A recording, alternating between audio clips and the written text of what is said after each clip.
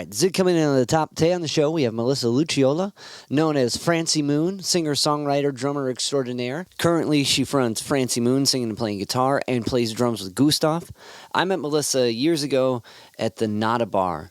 I was hosting a mic night there every week, and working with Jeremy Kid with hair in his face, and he would bring in touring acts to different mic nights, and she was one of them.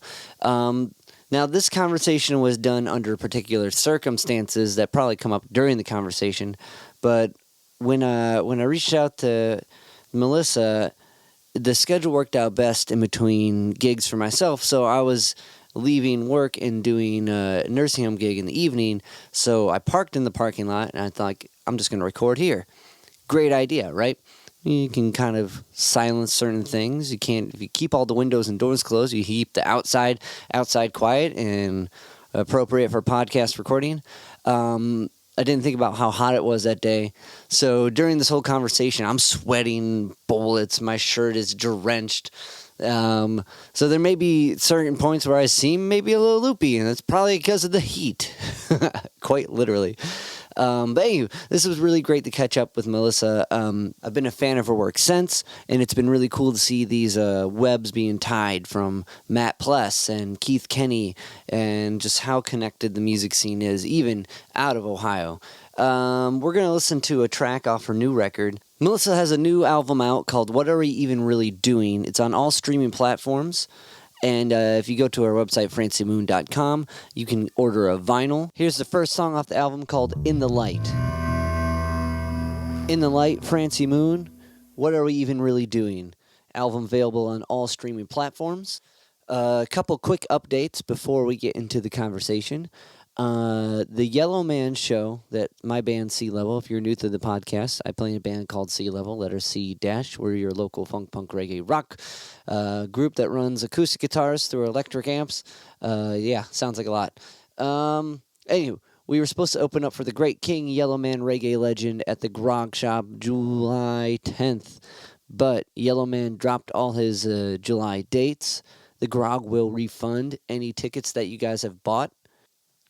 Super bummer. We're bumming about it. But what are you going to do? You know, stuff is canceling a lot as of lately, and as of the since 2020, you know, you got the bill, but will it happen? Bum, bum, bum.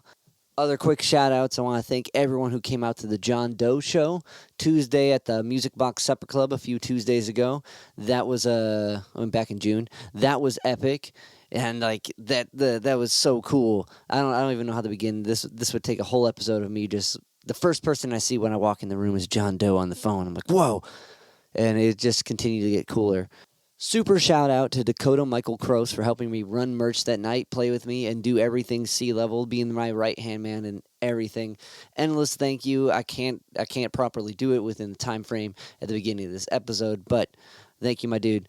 Other news. Last news with my stuff. Sea Level's playing at the Bop Stop July 21st. It's a Thursday, and it's called Hip Hop at the Bop Stop. And you're like, what? You do hip hop? Kind of. Not really. But my friend Doc runs this program called Refresh Collective, and he teaches kids in the inner city how to make music, how to use music software, how to write, rap, perform. And it's an amazing program, and I've always helped out in any way I could. So there's been some gigs where I've played bass for them, or there's been some gigs where I played guitar or just played background music or whatever. I've been such a fan of what he's done with the Refresh Collective and seeing how the kids that get involved with that grow into these amazing musicians. It's been an honor.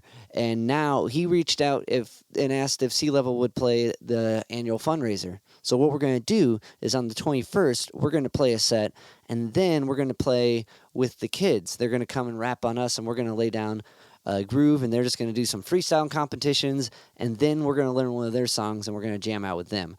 So July 21st at the Bop Stop.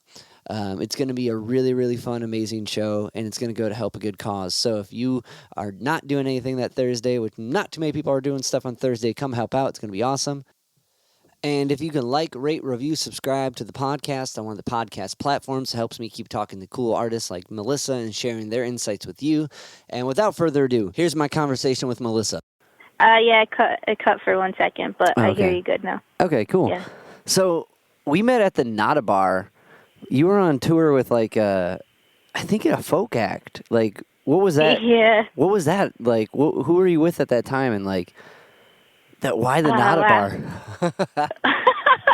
Well, it was called, the act was called, it was called All Living Things, and that was the first and last tour of that group. It was just my friend James. He's like one of my best friends, and my best friend forever, Nicole. They just had this idea that they wanted to do a little songwriters group and go on tour and sing each other's songs. And the Nada Bar happened because of me. I forget who hooked me up with the place, but yeah, that was my show to get, and I ended up getting it there like pretty last minute. I think it was like a couple days before. I don't even remember what the deal was. It could have been like an open mic even. It I don't was. remember. It was. Oh, okay. Yeah. Because I fell in a weird place where I was like hosting mic nights, and like like I mean, you travel way, way, way more than I do, and like I strive to even hit the road a millimeter of the amount that you do, but like when it like when you're in one spot, you start doing these weird gigs like nursing homes and mic nights and whatever pops up. And Yeah. that was such a weird mic night because it was a sober bar, Uh-huh. which is already a paradox within itself, Yeah. Like, people would come into Yeah. that place like, yeah, I'll have a beer. And they'll be like, this is not a bar. Like, yeah, I get the bit, but... And they're like, no, we don't have beer. And they're like, what? Yeah. I was just as confused. I literally had no idea what to expect when I showed up. I was like, oh, it's just called Nada Bar. Like, that's just the name. Right. And then I realized, oh, no, it's a sober bar, which I'm totally cool with. That was great. Yeah. No, it's definitely a cool thing for someone who needs that outlet. It's also kind of, I don't know, it's kind of strange, too, because, like, I guess it's the socializing factor. But it was just a weird vibes. A lot of people going through their own thing in that bar. And when you guys came through, that was like the highlight. Like, I would just get No like, way. yeah, because like no one would come to that mic night. Like, no one would come. There'd be a handful of people that did. My friends would come to watch. So it slowly ended up becoming like me playing like a really long gig with occasionally people showing up. And when you guys did, I was like, oh, this is fucking cool. Like, these guys are coming in with all these really cool harmonies and originals, and like, and they're from out of town. What? Like, God, that was, how many years ago was that? That had to be like 6? Something? Something like that. It's probably like 2015 or 2016, I think, if I'm remembering correctly. I don't know, but that's funny. I do tend to find the places where everyone's like, how the heck did you end up here? Well, when you're booking like that, and like you're like the real deal DIYer, when you're handling fucking everything, like it's booking's like the nightmare. Like, that's screaming into the void and like trying to get one step above like basement shows, even though those are usually the best. Like, and it's just endless emails and endless being ghosted by the world. Like, Yeah, well, I realized I think the way I do end up at the weird places is because I never was good at booking with actual venues. I like never knew how to write the right email for them to answer me back. So the way I always figured it out was I'll just find the bands in that town, and then I message the bands, and then they usually tell me, oh, this show's going on, you should try to get on this. And that's probably how I ended up at the Nada Bar. Was I probably messaged someone I played with before, and they were like, oh, I don't have anything, but you can go to the open mic, Yeah, especially when you're riding through like on a what that would have been like a Tuesday or a Wednesday or something. It's hard to like put a show together in the week. Yeah. Did you start off writing songs and playing guitar, or was drums your main? I actually learned drums first when I was like 10 years old or something. Yeah, because actually my sister wanted to learn drums, but she didn't want to go alone. So she was like, hey, Melissa, come to these drum lessons with me. So I ended up learning drums with her, which was pretty fun actually.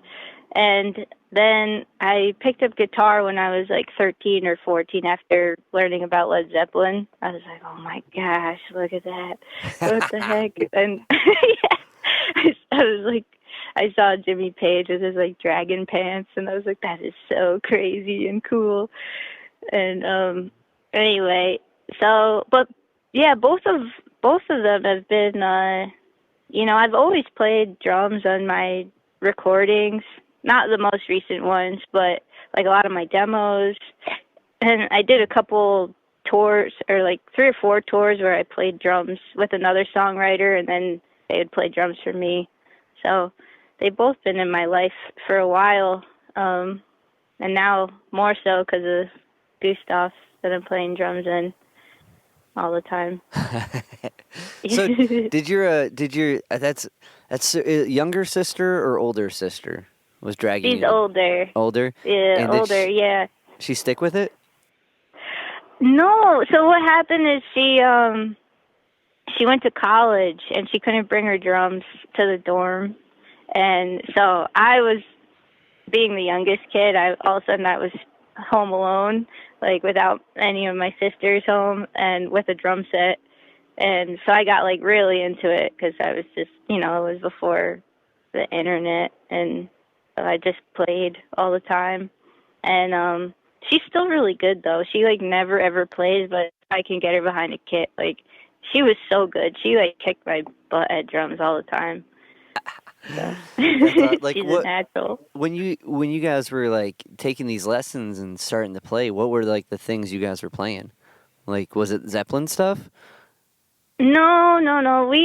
So my sister, she really wanted to learn like hip hop stuff, but our drum teacher was actually a really good blues player, and he's actually in the Blues Hall of Fame for What? drums. Who's your drum teacher? That's epic.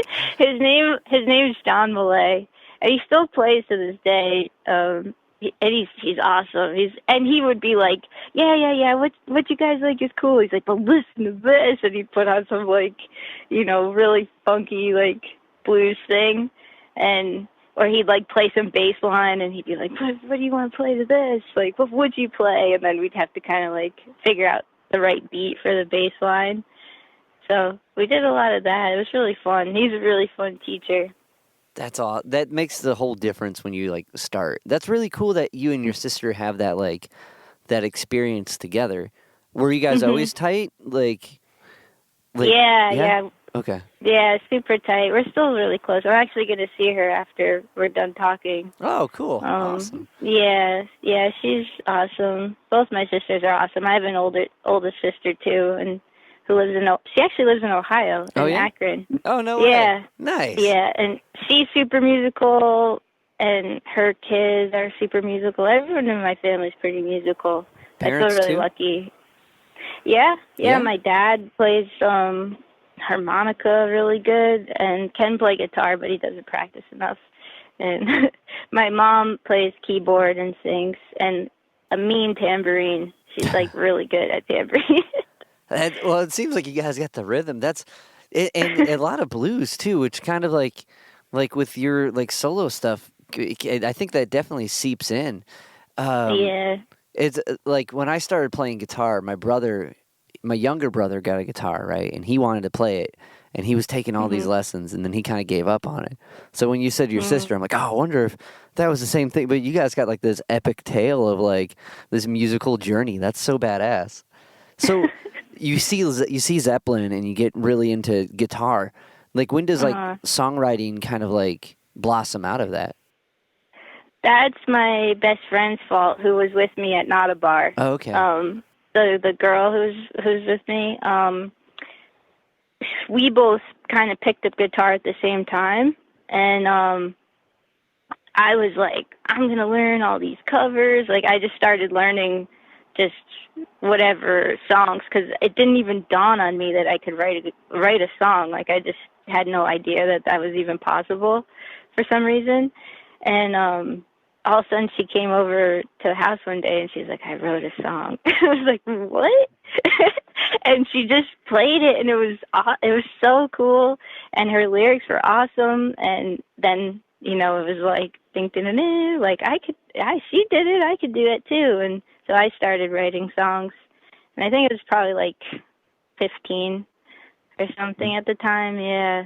And we both would just write songs and share them with each other. And me and her had bands for until we were like 20 or something like that. And we still share our songs with each other to this day. That's awesome. Yeah.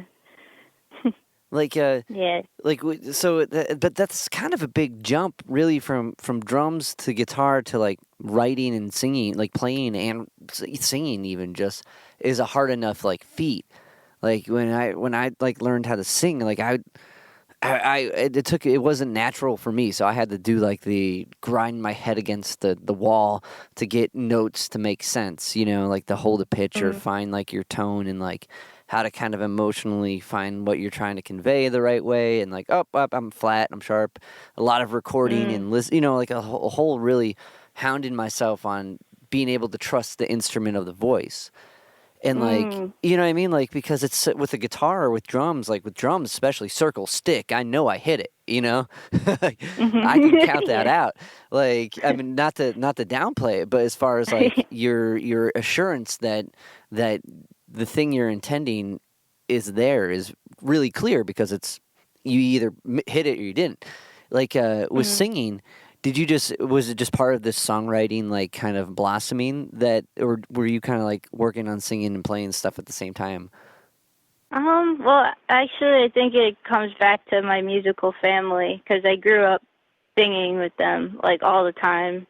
Yeah, and like we went to church a lot when I was little, and like we'd be singing, and me and my sisters, my mom, would be like doing like rounds in the car, like harmonies, like, so Yeah. singing has always been like a big part of my life. So I never was actually worried about that too much when I sang. I was like, oh, but I mean, it took me a while to find my actual voice, which I never understood when people said that, like, oh, I'm finding my voice. But I understood it when I found like my vibrato one day. I was like, what the heck was that? Because I was just like singing in the car. Yeah. And I was singing in the car to Led Zeppelin, which is funny. Led Zeppelin is like, the fault of everything. But and then I found I was singing along to When the Levee Breaks, and I felt my voice do vibrato, and it was like when a muscle like turns on and you feel a muscle for the first time that you didn't know you had, and you're like, oh, I could use that. So that happened later. I think it was like 20 or something. Before that, I was just like just trying a bunch of things out. Like, I remember I saw Patti Smith like get it inducted in the Rock and Roll Hall of Fame, and I remember trying to sing like her for like a few months. I was like, oh, that's cool. But that, I mean, that's like, that's how you find it, is from emulating people you're influenced by and seeing what you can like. That's really interesting, that how you phrased it with like feeling that muscle.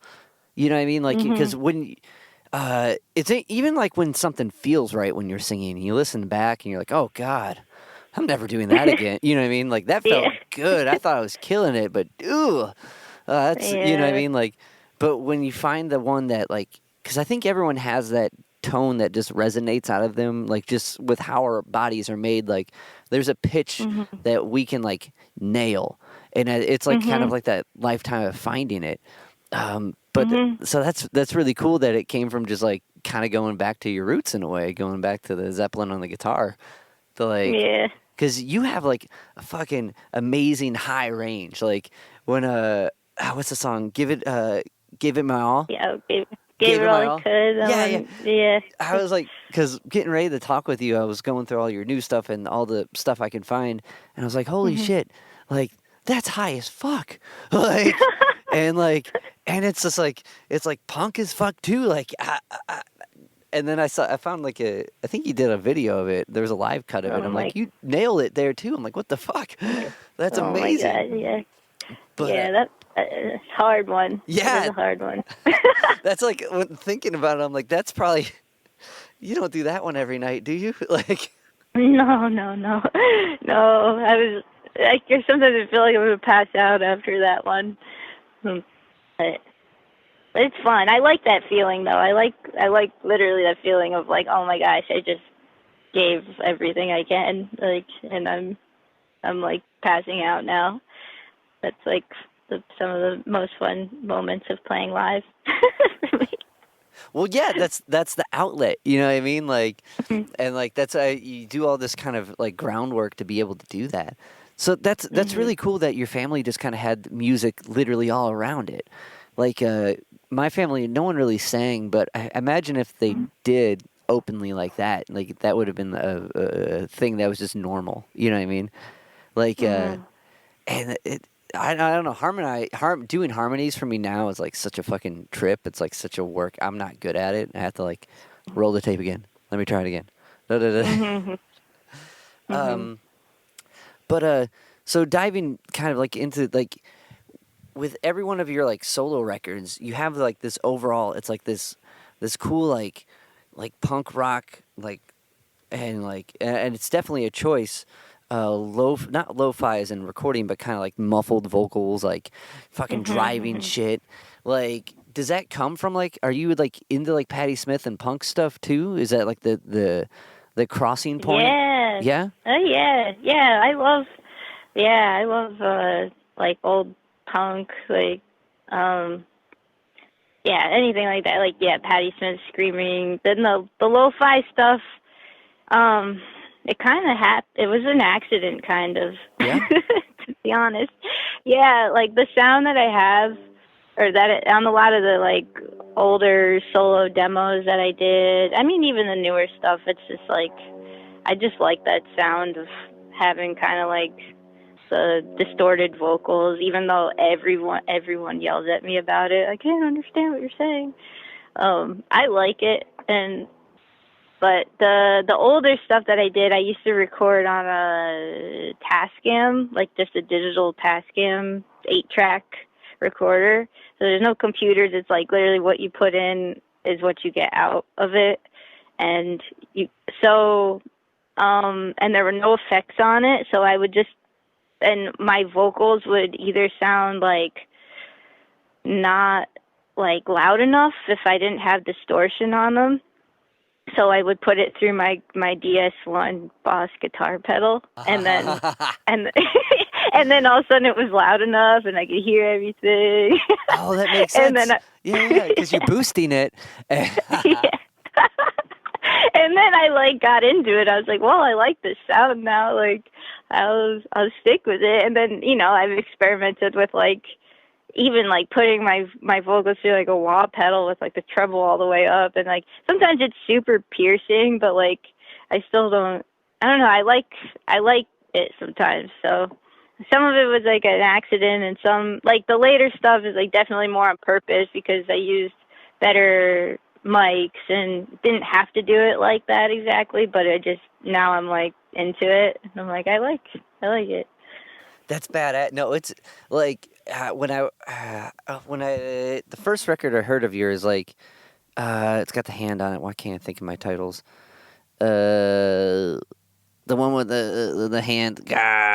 Oh, the hand. Oh, all the same. All the same. The I was yeah, yeah.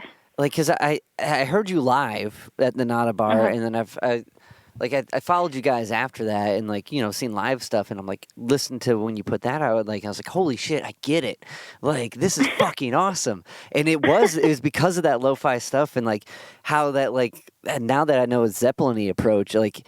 And like you fit that, I think that brings it out more. It makes it Mm. more like this bluesy, badass punk rock shit, and like then you guys are like jamming on it. Do you play flute? It's a recorder. It's a That's recorder. yeah. Yeah, I love that thing. I love it so much. It actually has been like it was one of my sisters, when they were like in Yeah. elementary school, and it's like still around. I love that thing.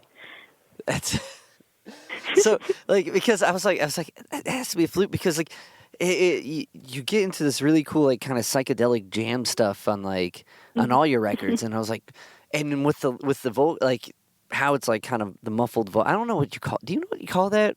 I don't want to call it. Is it muffled vocals or is it just distorted? Um, Is there a better word for I that? would call it like it was fuzzy or distorted. I'd call it. Yeah, I don't know. but either way, it's like it makes it all the more badass. So when you're demoing something like that and you're playing drums for it, are you kind of planning out those jam tracks, like those jam portions of it? It depends. Like some of the songs, I did, uh, for on All the Same, but there was the first track of that song is like a really long 6-minute jam. Yeah. That was just me and the band just playing one day, and we had all the mics set up because we were doing something else anyway, or trying to record, um, and then our drummer just walked over and hit record, and then we listened to it later, and we're like, that's pretty cool. Let's keep it. Let's do something with it. So that was completely just making it up on the spot, and I like that one a lot, actually. And there's another one that's like that, too. And then all the jams in the middle of a song, there's like a general, like, idea for how long they're going to be, but it doesn't really matter. And sometimes in the demos I'll add them, and sometimes they won't. But, yeah, the band's not very super organized in that way, which I appreciate sometimes because it's, it opens up doors for trying other things. And then in other ways, we're like definitely like other songs. Oh, this is the song, and this is how we play it every single time. But so the ones that have the like openness, that it's like, okay, here we go. Let's just go forever into the sunset. Or to the mountains, right? That's yeah, into the mountains. that video was awesome. Thank you. So like with the core group, like I get like demoing it and bringing it to, and that makes a lot of sense, and like jamming it out because like there's always that like kind of like I don't know if you experience this, but I definitely do when I write a song for my band and I present it to the band. Like these are my friends that I know already got my back musically. Like they're willing to show up every Monday and go to the shows and yet and learn the stuff and like. But like I always get like nervous that like oh they're gonna be bored with me now or they're not gonna like you know what I mean I get really like weirded out for the first time showing like my friends this song I wrote and like trying to sell them on it I guess that like just feel me out once we get it tight you'll hear what I'm hearing and like usually they knock it out right away and there's that kind of like magic but then when you have that like usually the for at least on my accord, like there's these moments where you're like are trying to get the. But yeah, but okay, so there's that moment like where you're like trying to figure out how to get to a B section or an A section, and that's when like your friends kind of like beautifully kind of bring out this uniqueness that would only happen with them in that group trying to like spark this thing together. I don't know. Do you get like? Do you get? I mean, it sounds like you'd be super comfortable with like showing your because you and your one friend go back and forth sharing songs still, like. Yeah, I mean, I totally get that feeling. Like, I mean, every song, you play it, and then at the end, you're like, do you like it? do you want to play it? And sometimes I'll like go and be like, it's too boring of a song or something, and they'll be like, no, it's not. Let's play it. And I'm like, okay. Or other times they're like, yeah, it's cool, and I'm like, I hate it. Like if they're not like screaming and yelling of how amazing it is or something, I'm like, they hate it. But it's just you got to remember, it's like they don't have to do anything they don't want to do in the long run. So That's true. You're not like forcing anything on anyone. But I totally get that. Even with anyone, anytime showing a song, I'm like, but you just kind of you gotta just jump off the cliff and then. That's for sure, for sure. Yeah, like I by no means hold back, but it's just that like I find that even if out of everyone in the world, when I show it to the people I care about the most, that's when I'm like, oh shit. Have you Yeah, been? yeah. Isn't it like Oh, yeah. No, it's true. Or yeah, if your family comes to a show or right? something, it's like the most petrifying thing. Yeah, Yeah. it's the Yeah. worst. And not the worst, it's the best, but it's also like I immediately can only think about you analyzing this, and not that you're Yeah. trying to intimidate me. I just especially if it's like a cousin that sees you like from Oh like my another god. state, like, oh, I see you're really busy with the music thing. Let me come check you Yeah. out. And they come to like a bar gig and it's not popping, and you're just like, Yeah. oh, like Yeah, yeah, I know. You just want it to be like the most mind blowing thing ever. right, And like even when now, like even when bandmates like parents come, I feel the same way too now. Like with my friends' parents or cousins or anything, I'm like it's like seeping into their lives too. Where I'm like, oh, they gotta like it. I'm like, come on. it's so weird, and like I think on their end, they already like have bought in, like, oh, you're doing your thing, and you've been doing Hmm. it forever. We're proud of you. We're here to support. But on that end of like the stage, you can't like help but focus on them, like, Yeah. and that's the night that there's no monitor or whatever. Or there's the uncontrolled. You lose your voice, like, or some shit. Does that? Do you ever have that problem, losing your voice? um, Losing my voice.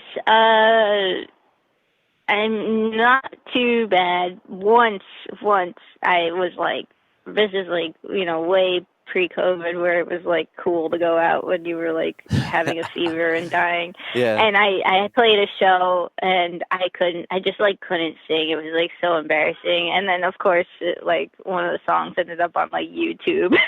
Like it was great. And I was like literally listening, like my voice is like just cracking and like yeah, I couldn't like hold a note and I could barely breathe and I was like so that sparked that memory, but usually not too bad. Not too. I more have the problem of like not being able to completely like let my screams come out. Like they'll Yeah. just be a little like rusty, but not losing my voice. Luckily, knock on wood. Knock Knock on on wood. wood. Because, like, Yeah. whenever I find myself in that kind of register, if I have something the next day, like, it's usually shot. Mhm. But it's like head Oh voice. yeah. You know what I mean? Uh Like, huh. and Yeah. especially, I do a lot of like shitty 4 hour bar gigs. Do you do those? Mhm. They're- I used to do a lot of those. Yeah, you're just like the background Yeah, noise. it's the worst. Yeah. Like, but it pays better than any, you know what I mean? Like, when you don't got anything Yeah. on the docket for weeks, you're like, I can go practice the new one, I guess, and why no one cares. Yeah. Like, Yeah, exactly. But Yeah. but I would notice it there, like if there was like an Mm. original gig and you get all screamy, or Mhm. when you go to go, whoo, the next day it's like, like it's just Oh. not there. At least for me. Uh-huh. That's why I'm always like, because you're on the road a lot, like, Mm. like you and Matt Pless and like. Keith Kenny, my friends that like I see like road dogging like a lot, and like Uh-huh. at least to my perspective, you can probably correct me on that if if I got that kind of wrong. Um, but like I'm always like, fuck, if you have to like drive all night on coffee and try to sing the next day, how does that pan Uh, out? But I mean, yeah. It's like adrenaline is a nice thing. yeah, okay, And yeah. And I don't know. I don't know. I don't know how to answer that. But yeah, Matt Pless, he does it. He does it, driving himself the whole entire time and going for like 4 months at a time. And I don't know. That's he's doing it somehow. that's a By lot. the That's a lot. yeah, Like, yeah. I don't even know how you like fund yourself doing that. You know what I mean? Like, except for the nights panning out okay. You know. Like, do you typically tour with other people when you do? Yeah, Yeah. yeah. Okay. So the last couple Francie tours have been with other people, and but I did solo tours, but they were with Matt Pless, like back in the day. Actually, I don't even know if you know that, but yeah, we did. Yeah, we did 2 4 month tours, basically like back to back, like back in the day. And yeah, it was so it's like definitely tiring and crazy, but like I don't know, you just turn into this like other person after like 2 months. You just turn into this. It's just what you do. It's like it's just your life and your routine, and so your body kind of like gets gets into dealing with that somehow. And yeah, yeah, it just gets used to it. Like that relentlessly going person for you, dude. How did that like manifest? Like, were you like, I have to listen to this, I can't talk to you until we get to the thing, or like, you know what I mean? Like, because when you're constantly moving like that, you got to find your like serenity whilst moving to some degree. Right. Like, and like, I find myself always like kind of planning ahead. I've never done a tour that relentless, though. Like, I Uh-huh. want to do it. I know Uh-huh. whilst doing it, I'll be like, why would I? I could have just done weekend warrior dashes all year. Why am I doing? You know what I mean? Like, Wyoming could have waited. Like, Yeah. but like, do you find yourself in that kind of like mode, like writing more or like not writing? Like, how did that kind of like? Because you had to find some type of like way to get through that in a positive content, like output. Yeah. So you're talking about like how to stay sane during Right, the right. Well, yeah. like who's that? It's Sorry, no, go ahead. I was gonna say who you said you become this crazy person. I'm like, well, who is that crazy? Is that this workaholic? Like go go go! I'm booking the next gig, and whilst doing that, like, how do you keep that sanity? I guess is my question. So kind of Well, both. I mean, usually we try to have everything booked like Yeah. before we left. So you're doing all this like computer stuff before and all the emails, and then you go and I think um like I try to stay like my last few tours that I've done have been with Gustav, and I've been playing drums, and there's more time for me to like be more sane because I'm not booking it, and I'm like uh most of the time not driving, so I can sit in the back and like write in my journal for like 3 hours straight. Or I've been like jamming on my computer sometimes, like with this like Logic instruments, Nice. and like yeah, I make these like robot jams, and I do that, and I try to like stretch in the morning, and like this last tour, honestly though, I like really wasn't doing great with like doing any of my sanity practices, but I was somehow staying sane by like the grace of like European bread, which is just really good. Because I just be like it was funny because I was rooming with my friend Tara and her fiance and her bandmate Ram, and Tara wakes up like 2 hours before we leave and does this like huge morning routine, like stretching, writing, meditating, and it's awesome. And I was doing like a lot of stuff like that on our last tour together, and then this tour I was like, I'm just gonna sleep and like just like take the sleep, and that helped honestly. Like when you're sleeping enough, Yeah. that makes a huge difference for staying sane. Yeah, so I think, and then like when I could, I'd fit in, yeah, just like journaling, and I did a lot of reading this last tour to try to stay kind of grounded, and I don't know, but being a drummer in a band is a lot different than being a guitar player because you're not talking to as many people, so it's like life doesn't get as crazy when you're drumming because you could just like people are like don't even know you're in the band sometimes. They're like, oh, did you see the band is playing? Really? They're Oh, like, yeah. Did you like that's Gustav? happened. What did you think? Like, they're all right. I'm okay Yeah, with them. yeah, I didn't care for the drummer. Jeez. yeah, exactly. A couple of times it was like, someone would be like, did you see them? And I'm like, yeah, did you see them? Just kidding. I'm short and I'm in the back and I'm in the dark usually, so I get it. Well, yeah, that makes sense. Being like in that different seat and like Mhm. because when you're the front person or the center point of audience connection, you also typically get that type of job on and off stage, like Yeah, or yeah. someone who's the wild card, like for some reason the bass player who does flips, like everyone's gonna be like that Yeah. guy. Yeah.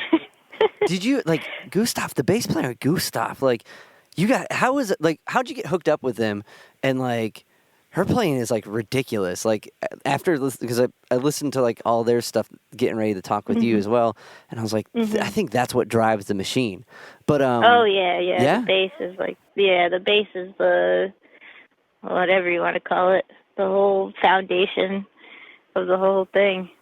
because I it's think. such a unique project. Like I Mhm. didn't know what to think of it at first. I was like, this is like Talking Heads meets I don't even know what in like Pixie stuff, and like but it's super super dope. So how'd you start Mhm. drumming with them?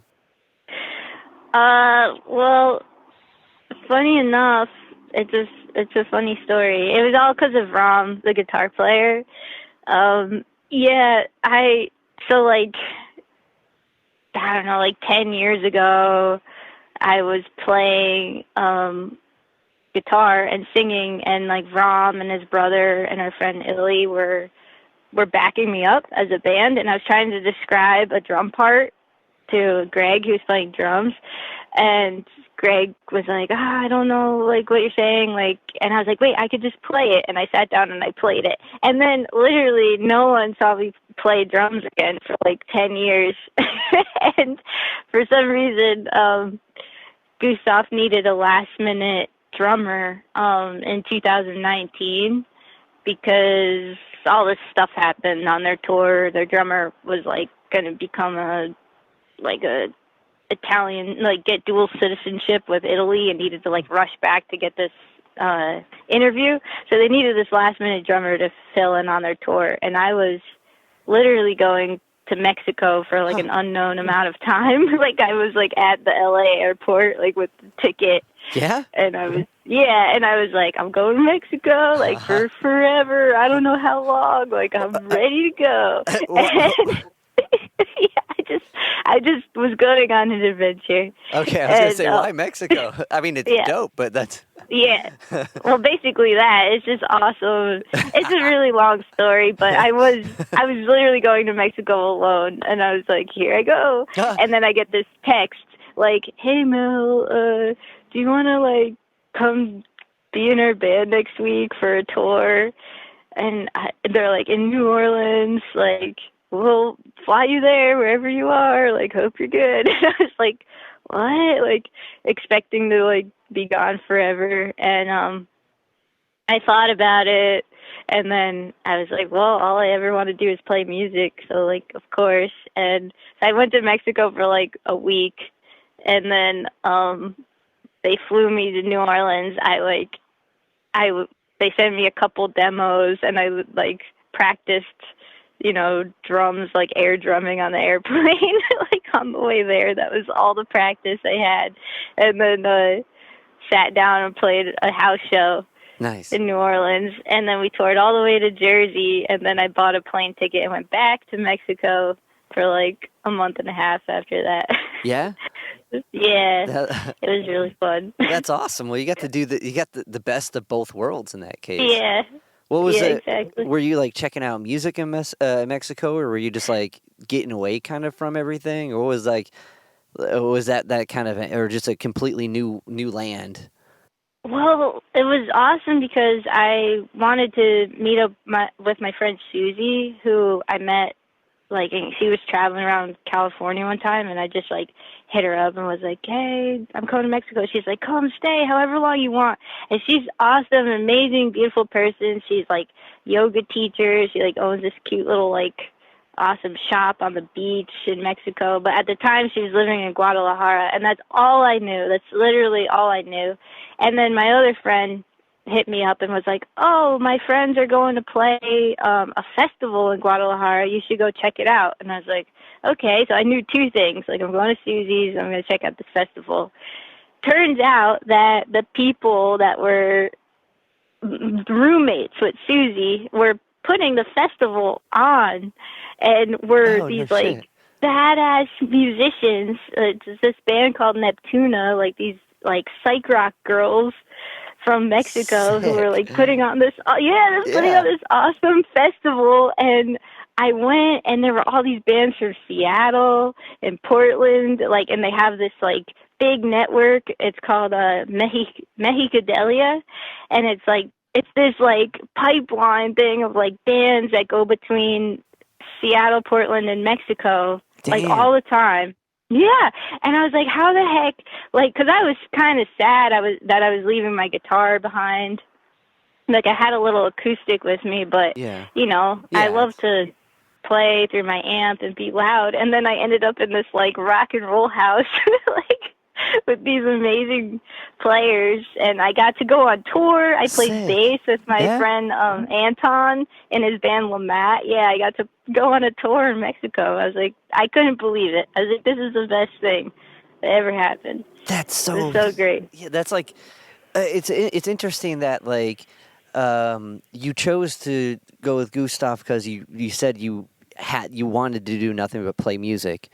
And Hmm. then you keep finding these situations where you're in it, like to go to that, that's so incredible. And like, so many people are trying to find the thing they want to do endlessly.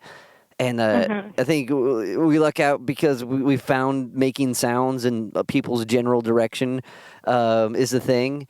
But like, you know what I mean? Like, and like when we look at all the things you could be doing, you could be like, I could be a baker that's crazy about baking, and like maybe write books and like want to develop the new bug spray or whatever. You know what I mean? Like, there's so many things people find callings for, and like organizing sounds and throwing them at someone's general direction, like, is such a specific one, but it leads to so many things like that are just like magic, where you get to have Yeah. this whole experience, and like that is so badass, and I'm so hyped up from that story. That's so cool.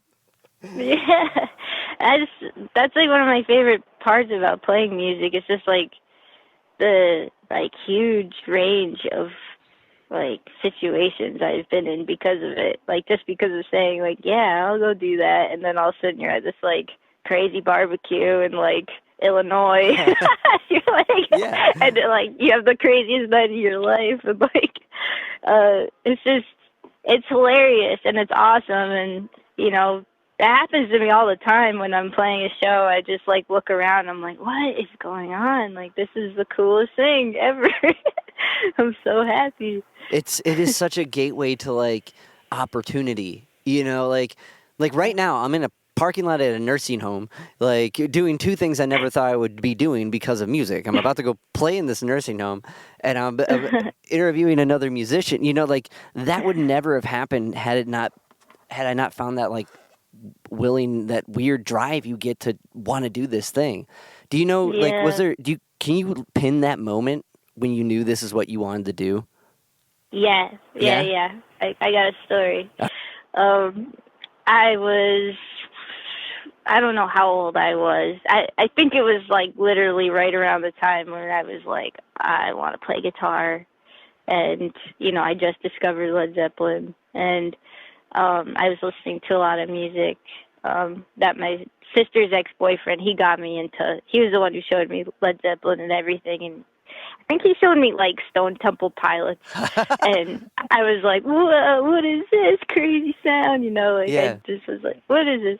And anyway,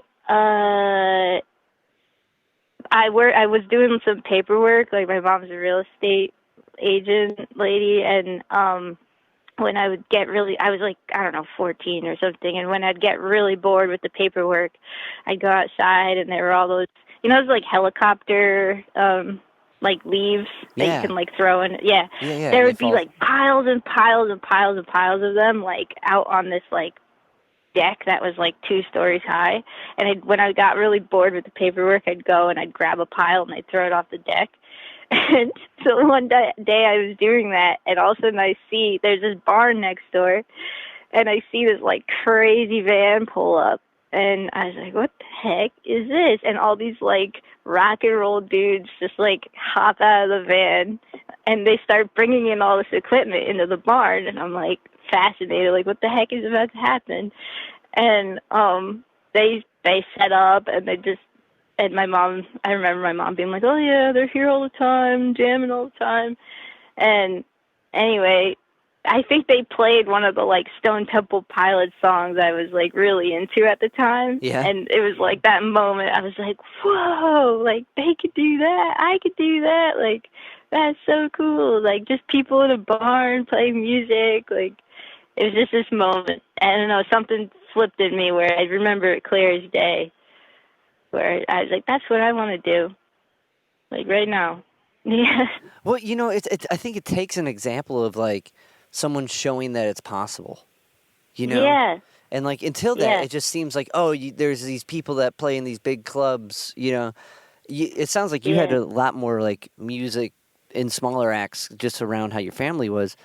But, like growing up, Yeah. I wasn't close until my teenage years when I met this guy George Hartwig, who was my guitar teacher after a while, but he showed that it was like possible to do this for a living, and that was kind of like my Yeah. moment, was seeing him like do these things and being invited to them. I was like, oh, it's weird with like performance in a way, because so much of it seems kind of like a self-centered thing, like I got to do this for me, yada yada. But Mhm.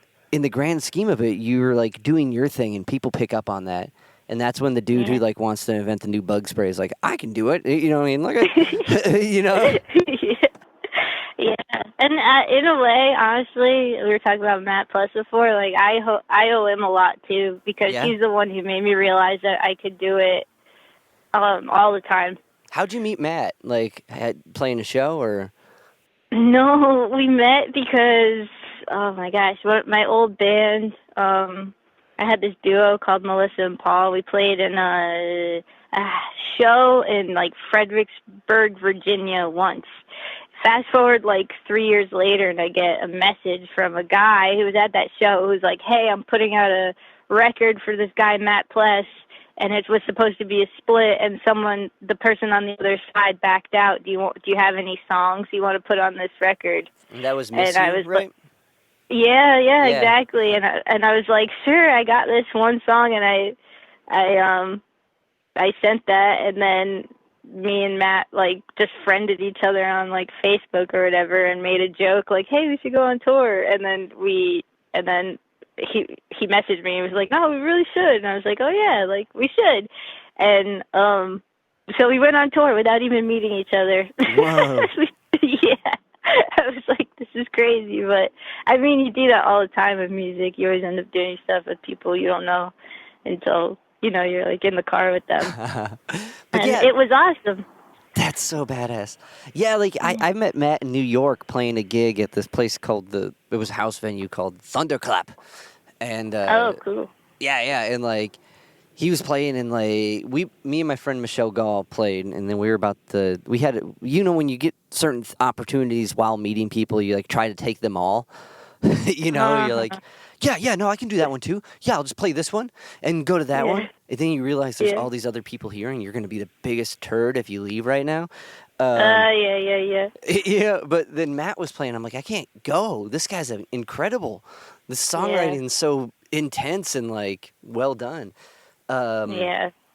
And I just picked up that single. I put a show together for him like a couple months ago. And Nice. yeah. And I was like, oh, I know both these people. That's badass.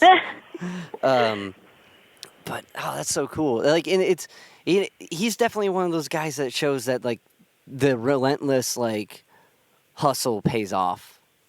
Yeah. I know he's doing great right now, and he taught me that. Like, that's what I was saying. Like, he made me realize. Like, I remember he was like, after that 2-week tour went really well. He's like, you want to go on? That's when we went on those long 4-month tours. He's like, do you want to go on tour? And I was like, I can't. I have a job. And he's like, and I was gonna I was like thinking about going to this school. I wasn't like 100% sold on it, but I was like, no, it was a college in Maine. I was gonna go for adventure therapy, which Really? is like, That's yeah, sick. That's yeah. badass. Yeah, it was cool, but it was really expensive, and I like wasn't completely sold on it. But I was like accepted, and I had like a little bit of a scholarship, and I was like, should I go? Should I not? And the reason I really wanted to do that job was because the scheduling, you're like on for a bunch of days and off for a bunch of days, and I was like, well, when I'm off, I could do music. Like it all just leads Yeah. back to wanting to do music anyway. So I was like, I can't, I have a job. He was like, well, you can quit your job like anytime. And I was like, what? And then That's like he's like, just quit it. yeah. And then I was like, well, what about that school? He's like, well, you can go in the spring. And I was like, wow. And I was just like, it just like completely blew my mind because I was like, I like thinking I was like completely locked into something and I like wasn't, and that was like the greatest gift he gave to me because then, we went on tour and it's like, I think you asked before, like, how do you even fund that? And I realized when you're a solo acoustic person, it's really not that bad. Like, you can live off very little. Like, and we traveled in like a tiny little car then that we like couldn't sleep in. We just like crashed where we played. And then, you eat whatever, a few things a day, and then it like opened my eyes to like, oh, you can make this work. Like you're not like getting rich, but like you could keep going. And like I didn't keep anything. I got rid of my car. I did the thing where you just like get rid of everything so that you don't really need much to live. And yeah, it worked. And then I basically just kept going and going after that. Well, like one, I gotta imagine that like when you hit it that hard and you're in constant motion, the idea of stopping seems troublesome. You know what I mean? Like when you get so used to living that fast and like yeah. and you're like, well, because there's that dopamine like spike when you meet like 6 people and they're like, let me get your record, and you go play somewhere else, and and you can see stuff kind of like growing, and you're like, this is happening, and it's just like the goal of all like original music is to go out there and do it. So that's so badass that you quit your job. I was just like, I'm out of here. It was really hard to quit too. My boss was like, she was like a tough cookie to quit from. What was the gig? It was like basically like a secretary job, but like every time she sensed that I was like going to quit, she would give me like a $2 an hour raise and like buy me lunch that day. Yeah. And it was like so hard to quit. And even when I walked out the door for like ever, she was like, did you put your out of office message on saying you'll be back in a few months? And I was like, no, I'm out of here. Like she like didn't want to accept that I was like gone. Even though I did my work, I was good, but I was very late every day. So I don't know why she wanted me. I was like trying to get fired. Well, when your whole body wants to go, you know what I mean? Like, it's hard to, like, muster the good employee status. Like, yeah. And so, then, I'm not the type of person who can maintain, like, a 9 to 5, like, at all. It's, like, really hard for me. I lucked out and then get the 9 to 5 I get to do music in it, basically. So, like, if it wasn't that, I would be, like... And even in between, I get chances to send emails and try to do shit. So if it wasn't for that, I definitely feel that it would have been problematic. Yeah. If you're not, I mean, yeah, if I was doing music 9 to 5, like, if I was, like, had to drive somewhere to do it 9 to 5, I think I'd be happy. But, yeah, like, anything else is, like, no. So with this new record, did you record this like before going on tour with Gustav? Because like, or is this still in the process of being recorded? Oh yeah, no, this was recorded a while ago. Oh, okay. To be honest, It's been a long process of like mixing and getting it out into the world. So it's been long done, and then waiting for the vinyl to come in, and doing like proper single. It's like, it's so weird. Yeah, The single I thing, know. like it really elongates. Like, I know. so when was all this done? Was this like 2019, 2020? We're looking at like stuff. Yeah. Right at the end of 2019, we recorded, and then we went on tour the beginning of 2020. We did Francie Moon West Coast tour, which was great and awesome and so much fun. And then boom, what happened next?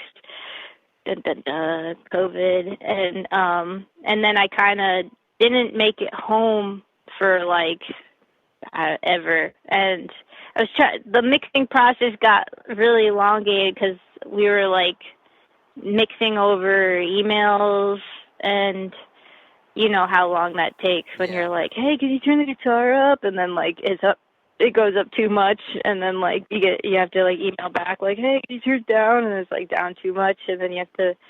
So that process happened a really long time, and then mastering happened a really long time. So it's been a long time coming, but I'm so proud of it. I'm like, and then I wanted to work with Half Shell Records, who's putting it out, and he was in the middle of like setting up doing a record with Sifter Grimm from Seattle, so that's how that all happened. And but that kind of also made the process, because then we had to like sort everything out together, and he did the art, and it's just been a long time. Sometimes it just takes a long time to do these things, and I'm like, it drives me up a wall, because I used to like just do a demo and the next day like pop it on Bandcamp, and so for me to wait this long, I'm like, wow, but it's okay. It's all good timing, and it's kept me sane, like having something to work on for a while. But I'm ready. I'm so ready. And I guess that gives you time to like prep the next thing, because like it seems like with streamy stuff, you got to keep dropping nuggets, Yeah. I know. It definitely, and listening to everything you've put out in like kind of linear fashion, it definitely there's like you capture the same like kind of punk rock, like blues psych ethos, and like with that cool distorted, like it's very much you. But there's something about it that sounds just like cleaner. I don't know, production-wise. There's something production-wise that just is like next level. And like... That's been my goal. Like, I'm glad you're saying that, because like my goal for every release is to try to just notch it up a little bit. That's all I'm trying to do. It's just like one little notch up and see how I do. And I'm glad you said that, because that makes me feel like I succeeded a little bit. It definitely does. It definitely it definitely, each one to like kind of build off that, like it each one does get more and more like I don't, production, like saying better makes it sound like material, I don't know, but on a production standpoint, each one like gets tighter, like I don't know, recorded wise. It has nothing to do with the performance. The performances all the way through are tight. Yeah. Well, hey, thanks so much for chatting with me and putting this together. I know, like, on tour, I'm trying to keep the sanity, so I appreciate you working this out with me, and this has been awesome. I've been looking forward to getting, since the Nada Bar, getting to actually kind of, like, know you. Like, so this has been awesome. Yeah, thank you so much. This was really, really fun. I really appreciate you having me. Cool. Good luck at your gig tonight. It's going to be Ethel and the crew. They're easy. Okay, good. All right, bye. All right, later.